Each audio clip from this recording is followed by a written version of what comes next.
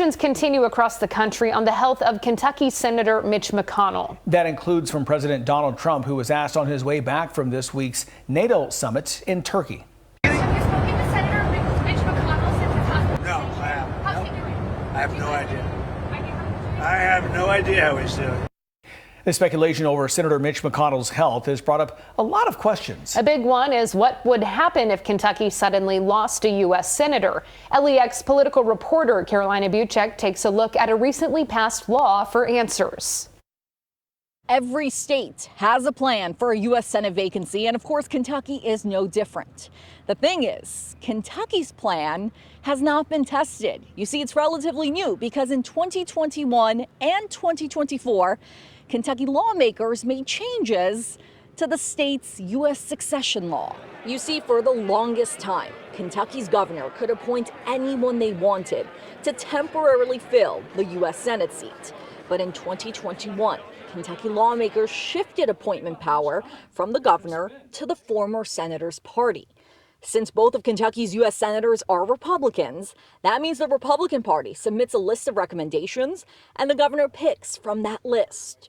But in 2024, lawmakers made changes again.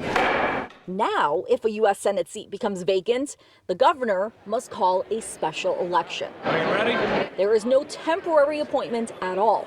So Kentucky would only have one sitting U.S. senator until that election happens.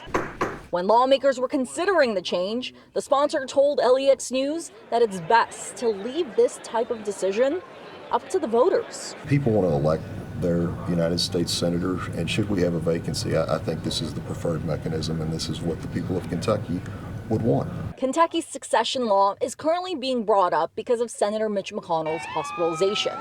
And here's where timing gets a little complicated. On November 3rd, Kentucky is already scheduled to vote for a new senator because McConnell is retiring.